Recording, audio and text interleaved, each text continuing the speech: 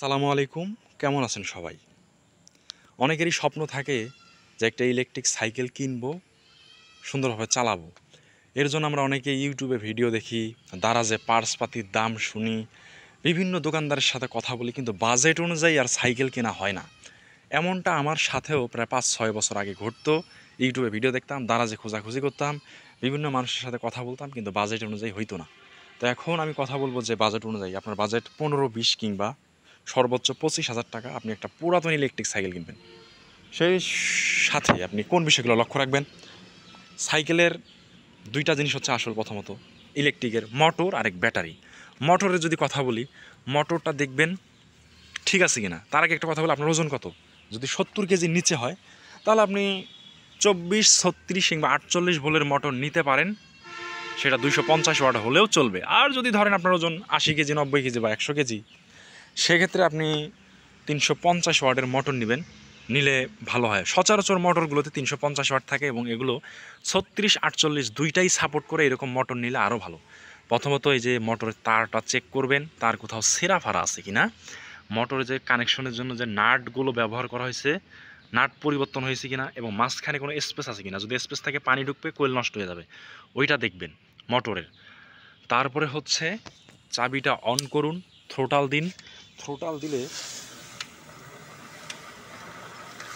একটা শব্দ শুনতে পেলেন, এর মানে হচ্ছে এই মোটরটার কাজ করানো হয়েছে। আর যে মোটরগুলো কাজ করানো হয় সেগুলোতে খুব তাড়াতাড়ি যে শব্দ করে তা না, প্রিনিয়নের কারণেও শব্দ করে, অন্যান্য কারণেও শব্দ করে। তো এটা যেহেতু শব্দ পারেন, মোটরে কাজ করানো হয়েছে কয়েকবার। আপনি যেটা সাইকেল নেবেন দেখবেন যে কোনো ধরনের শব্দ হইতেছে না, আপনার চোখের সামনে দিয়ে একটা সাইকেল যাবে বুঝতেই পারবেন না। তো মোটরের সাউন্ড হলে নেওয়া যাবে না। লাট দেখবেন, তার দেখবেন। তারপরে হচ্ছে যদি মোটরের কথা বাদ দিয়ে রিমের কথায় আসি, ধরুন কোনো সাইকেল বাসায় পড়ে আছে ৬-৭ মাস, ওই সাইকেল দয়া করে ভুলেও নেওয়ার দরকার নেই। যদি সে যত্নবান ব্যক্তি হয়, সাইকেল হয়তো মুছামুছি করে রাখবে, ব্যাটারি চার্জ দিয়ে রাখবে, মাঝে মাঝে চালাবে, সেটা আলাদা। অনেকদিন ধুলাবালয় জমে আছে, সাইকেল নিলে আপনার দ্বিগুণ টাকা খরচ হবে। আমি হাত পা ধরে বলবো, ভাই ৬-৭ মাস ধরে একটা সাইকেল পড়ে আছে, ওই সাইকেলগুলো ভুলেও নিয়েন না। তো মোটরের বিষয়গুলো দেখবেন, চাকা টাল আছে কিনা, রিম টাল আছে কিনা, এই স্প্রোকগুলো নতুন নাকি পুরাতন, বা স্প্রোকের কী অবস্থা, ব্রেক শো কতটুকু ভালো আছে, ফ্রেমের বডির কী অবস্থা। এভাবে ঘষা দিলে বা এভাবে আঘাত করলে রং উঠে যায় কিনা। এটা একটা রাইডসের সাইকেল, তো যারা যারা রাইডসের সাইকেল কিনছে তারাই জানে রাইডের সাইকেলের রং উঠে যায়। রাইড বাদে নিয়েন, আপনারে বলি আর কি, এটা ব্যতীত অন্য কোনো মডেলের সাইকেল থাকলে নিয়েন। তারপরে হচ্ছে ব্রেক দেখলেন, সামনের চাকা, পিছন চাকা, তারপরে যে সকাপ যেইটারে বলে, আপনি ব্রেক ধরে বা একটা চাতা দিলেন, এই যে লক কাজ করে কিনা, এই যে লকটা দেখলেন, এইভাবে আপনার দেখলেন যে এটা ঠিক আছে কিনা। একাই তো হইতেছে না, এই সকাপটা কত দূর উঠতেছে ভাসতেছে এটা দেখবেন। কারণ এই সাইকেলগুলো অনেক স্পিডে চলে, তো এই সকাপটা ভালো থাকা জরুরি। খাল পাগার বিভিন্ন স্থানে আর কি, যার জন্য এটা আর কি উঠানামা করে, তখন প্রয়োজন হয়। তারপরে চাবি দিয়ে দেখবেন এই মিটার ঠিক আছে কিনা। এখানে একটা মিটার থাকে, আমি খুলে রাখছি, ওইটা ভালো। এটাতে গিয়ার থাকে 4 সিস্টেমের, ওইটা থাকলে আরও ভালো।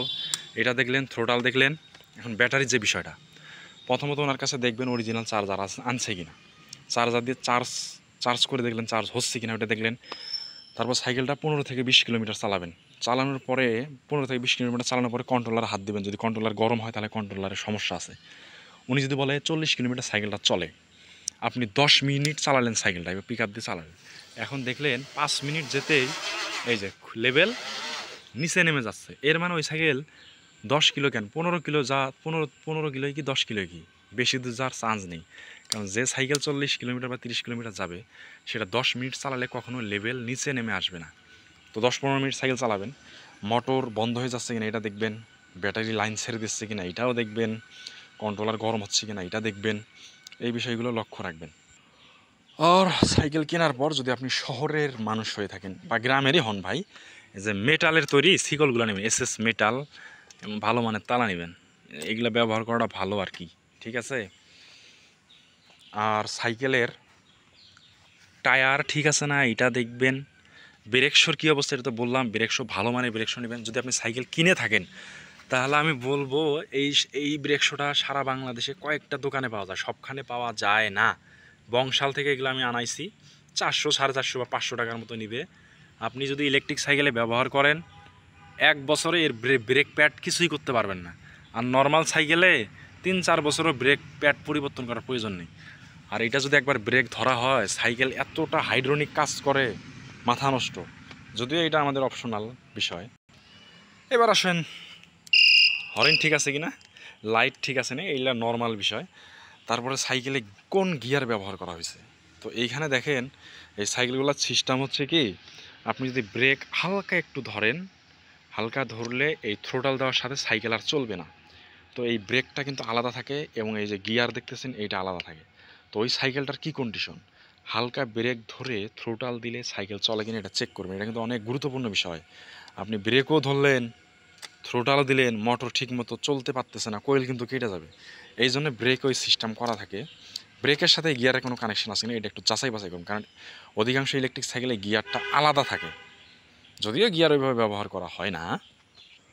তো বলার মতো আর কি আছে, শেষ অপশন সাইকেলটা কিনবেন, সাইকেলের সাথে আপনার কী দিবে, মেমো দিবে কিনা, সাইকেলের পার্টসপাতি কোথা থেকে কিনছে সেই মেমো আছে কিনা, কতদিন ব্যবহার হয়েছে সেটা আসল আর অরিজিনাল ডকুমেন্ট আছে কিনা, এই বিষয়গুলো লক্ষ্য রেখে সাইকেলটা কিনবেন। তো আপনাকে ধন্যবাদ ভিডিওটা দেখার জন্য। যদি কোনো বিষয় মিসিং থাকে, কমেন্ট তো আছেই, কমেন্ট করবেন, অবশ্যই রিপ্লাই দিব ভাই। তো ধন্যবাদ। আশা করি ভালো মানের সাইকেল কিনুন।